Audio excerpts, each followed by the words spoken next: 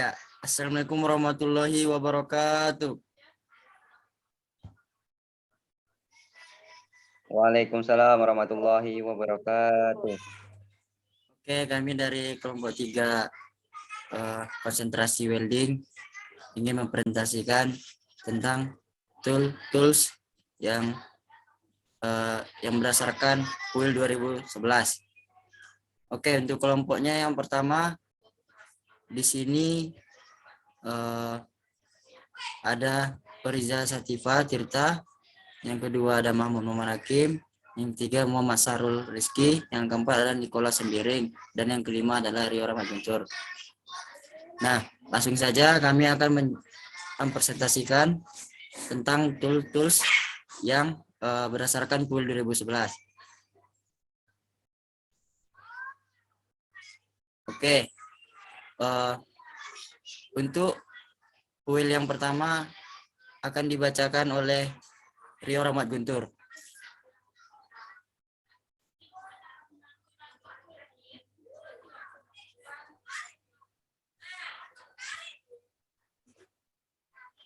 Baiklah, saya akan menjelaskan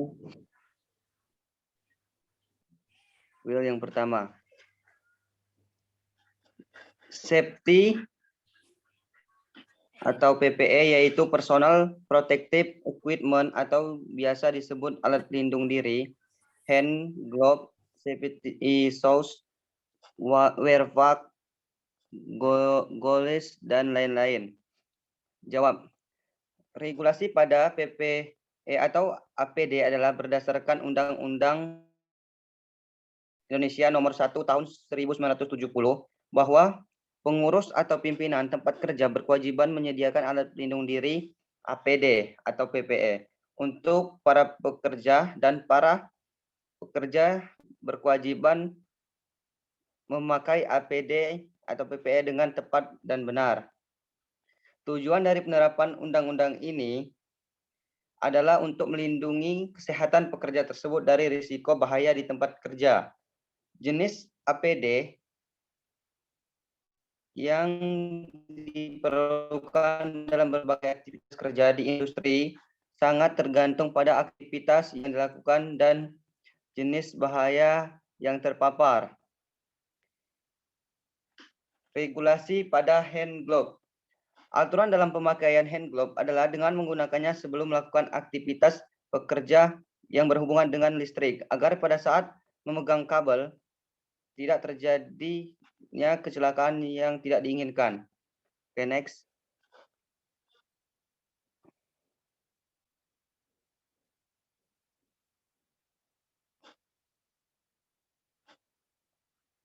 Regulasi safety shoes. Aturan dalam pemakaian safety shoes pelindung sepatu dengan benar, maka ada banyak hal yang perlu diperhatikan. Pertama, sepatu harus sesuai dengan ukuran kaki. Jangan terlalu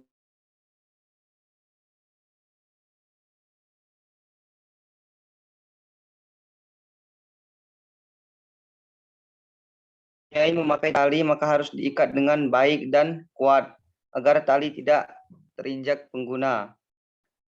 Bila sepatu terserang air, upayakan untuk dikeringkan terlebih dahulu sebelumnya digunakan kembali, dan diupayakan juga memakai kaos kaki ketika memakai sepatu safety. Regulasi wear pack. Aturan dalam pemakaian wear pack adalah memakainya sebelum melakukan pekerjaan apapun, baik di luar ruangan maupun di dalam ruangan. Karena wear pack berguna untuk melindungi seluruh tubuh atau bagian tubuh dari adanya kemungkinan potensi bahaya dan kecelakaan kerja. Regulasi goggles. Aturan dalam pemakaian goggles adalah sebelum melakukan suatu pekerjaan, baik itu terkena sinar matahari atau ultraviolet, alangkah baiknya untuk memakai safety goggles atau goggles agar mata tidak mengalami kerusakan yang mengakibatkan kebutaan permanen. Ya, sekian dari saya, kembali ke moderator. Oke, untuk tools yang kedua yaitu ada cut and join yang akan dibacakan oleh Nikola Sembiring.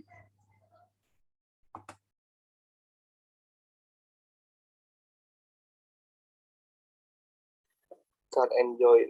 Contohnya kabel tang potong, crimpi, kabel open set manual, selotip, terminal kabel, dan lain-lain. Jawab.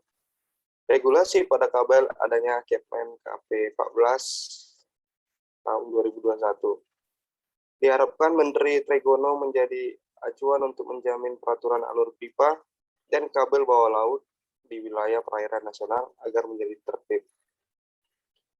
Regulasi pada tang, aturan dalam pemakaian tang potong adalah menggunakannya sesuai prosedur dan membersihkan setelah pemakaian supaya tidak terjadi kerusakan di hal tertentu. Regulasi crimping kabel, aturan dan pemakaian memasang ujung kabel yang satu ke TXT kabel. Kemudian di ujung yang lain kita pasang remote kabel tester. Setelah itu cukup perhatikan remote kabel tester saja. Obeng set manual. Aturan dalam obeng set manual adalah memakai untuk mengencangkan atau mengendurkan skrup secara umum. Sudah ada yang tahu karena ini alat sederhana. Selotip terminal. Aturan dalam selotip terminal ini adalah mengamankan aliran listrik yang bisa menyebabkan kebakaran konslet. Pahat. Aturan dalam pahat adalah sama dengan obeng, alat yang sederhana dan cukup umum, banyak yang mengetahui dan menggunakannya.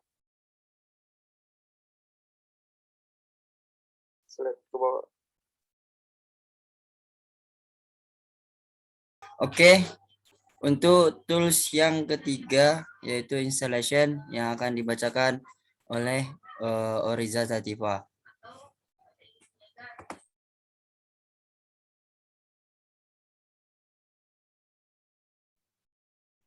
Installation conduit post panel, berlistrik atau portabel, palu, pahat, dan lain-lain. Regulasinya adalah terdapat pada Undang-Undang Nomor 15 Tahun 1985 tentang ketenagalistrikan beserta peraturan pelaksanaannya. Aturan dalam pemain pipa konduit adalah pipa konduit atau electrical conduit pipe. Harus pipa PVC yang berjenis high impact atau bisa dibandingkan atau tekuk karena berfungsi untuk melindungi kabel di bangunan atau gedung dalam pemasangan haruslah dengan benar sesuai prosedur yang ada. Hal yang harus diperhatikan dalam pemasangan dalam dinding harus dilakukan sebelum pekerjaan pelestaran supaya permukaan dinding tidak bergelombang. Pemasangan di atas plafon harus dikoordinasikan dengan jalur-jalur insulasi yang lain agar tidak saling mengganggu serta dapat tersusun rapi. Pertemuan pipa konduit di plafon dengan pipa sparing dengan menggunakan teknik penyambungan termasuk dipasang fleksibel konduit yang dipasang dengan cara plan menggunakan kawat pancing untuk mempermudah penarikan kabel di dalam pipa konduit.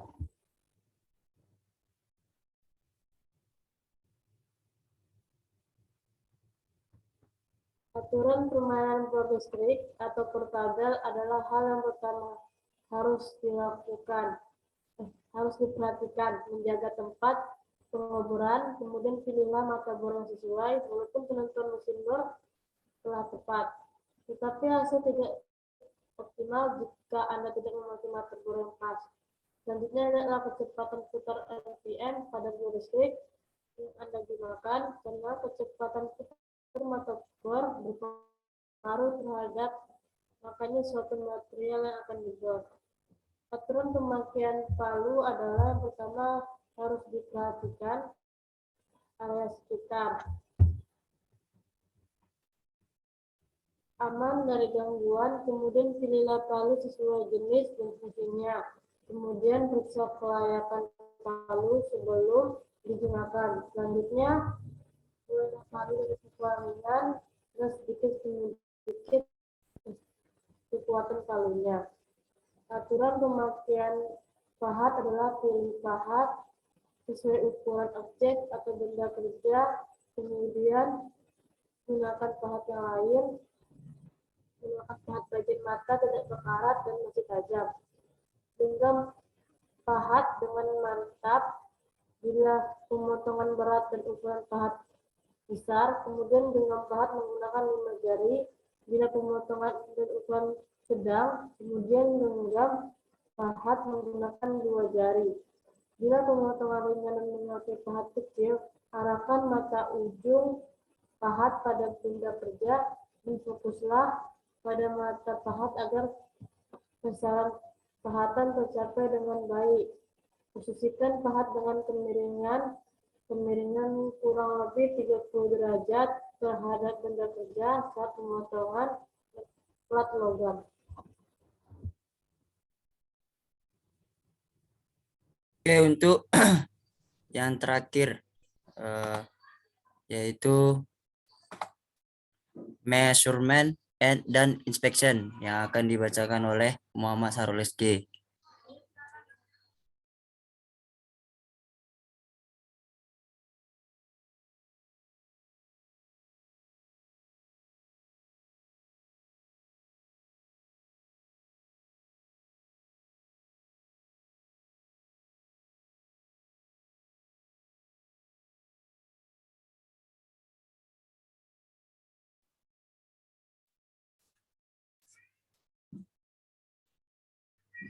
Measurement dan inspection. Yang satu yaitu multimeter. Cara menggunakan multimeter untuk mengukur tegangan arus listrik dan resistansi. Berikut ini cara menggunakan multimeter untuk mengukur beberapa fungsi dasar multimeter seperti voltmeter, mengukur tegangan, ampermeter, mengukur arus listrik, dan ohmmeter, mengukur resistansi dan hambatan. Satu, cara mengukur tegangan DC atau DCP voltase, yaitu atur posisi saklar selektor ke DCP. Pilihlah skala sesuai dengan perkiraan tegangan yang akan diukur. Jika ingin mengukur 6 volt, putar saklar selektor ke 12 volt atau khusus analog multimeter. Jika tidak mengetahui tingginya tegangan yang diukur, maka disarankan untuk memilih skala tegangan yang lebih tinggi untuk menghindari terjadi kerusakan pada multimeter. Hubungan prob ke terminal tegangan yang akan diukur. Prob merah pada terminal positif dan prob hitam ke terminal negatif. Hati-hati agar jangan sampai terbalik. Baca hasil pengukuran display multimeter. Yang kedua yaitu cara mengukur tegangan. Cara mengukur tegangan AC, ACV voltase. Yang pertama, atur posisi saklar selektor ke ACV. Pilih skala dengan perkiraan tegangan yang akan diukur. Jika ingin mengetahui 220 volt, putar saklar selektor ke 300 volt khusus analog multimeter. Jika tidak mengetahui tingginya tegangan diukur, maka disarankan untuk memilih skala tegangan yang tertinggi untuk menghindari terjadi kerusakan pada multimeter. Hubungkan prob ke terminal tegangan yang akan diukur. Untuk tegangan AC tidak ada polaritas negatif dan positif. Baca hasil pengukuran display multimeter.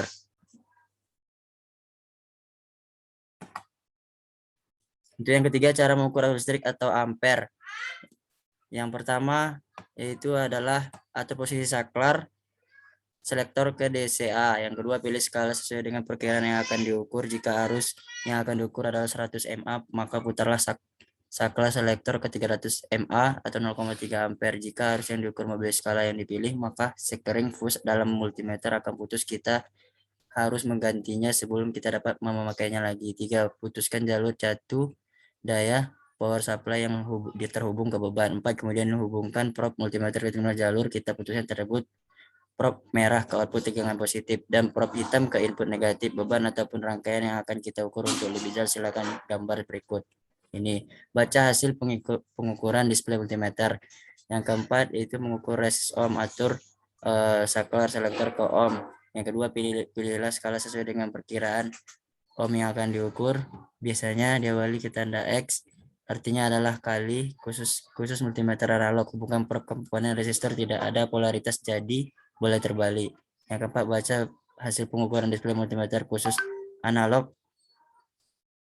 Multimeter diperlukan penggalian dengan setting di langkah-langkah kedua. Yang terakhir ada tang meter, yaitu cara pemakaian jepit kan rahang tang meter kabel listrik yang diinginkan setting saklar kalian meter ke posisi ampere meter tertulis huruf A dengan gelombang sinus di atasnya dengan cara memutarnya. Kan trigger untuk membuka penjepit atau rahang tang ampere, kemudian jepitkan ke kabel konduktor yang dialiri listrik atau kabel listrik di tengah-tengah penjepit, kemudian lepaskan trigger atau klemper. Oke, dari kelompok 3 sekian. Apabila ada jawaban yang kurang memuaskan atau ada salah kata, mohon dimaafkan. Assalamualaikum warahmatullahi wabarakatuh. Waalaikumsalam warahmatullahi Warahmatullahi Oke,